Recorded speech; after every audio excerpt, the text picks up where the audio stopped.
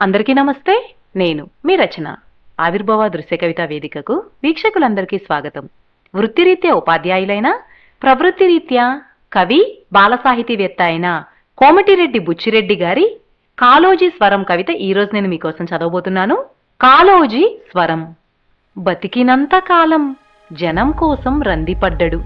అక్షరాలే ఆయుధాలుగా ప్రజాక్షేత్రంలో యుద్ధం చేసిండు.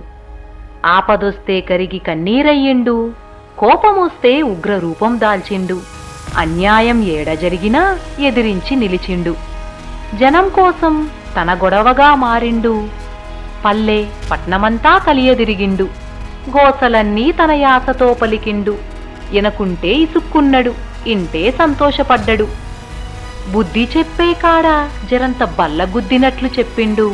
ఏం చెప్పిండో గదే చేసిండు. కాలంతో కలిసి నడిచిండు. లోకాన్ని లోతుగా అర్థం చేసుకుండు. అన్యాయాన్ని చూస్తూ ఏమీ ఎరుగనట్లుగా పడి ఉండగా సాక్షీభూతుణ్ణి కాదు, సాక్షాత్ మానవుడినని చాటిండు. రజాకార్ల దౌషికాలను నిరసించిండు. కాలంబు రాగానే కాటేసి తీరాలని జనానికి ఎరుక చేసిండు. ఆంధ్రపాలకుల ఆధిపత్యాలను ఎండగట్టిండు. జనం కోసం రణం చేసిండు. కాళోజీ స్వరం మనందరికీ ఓ వరం.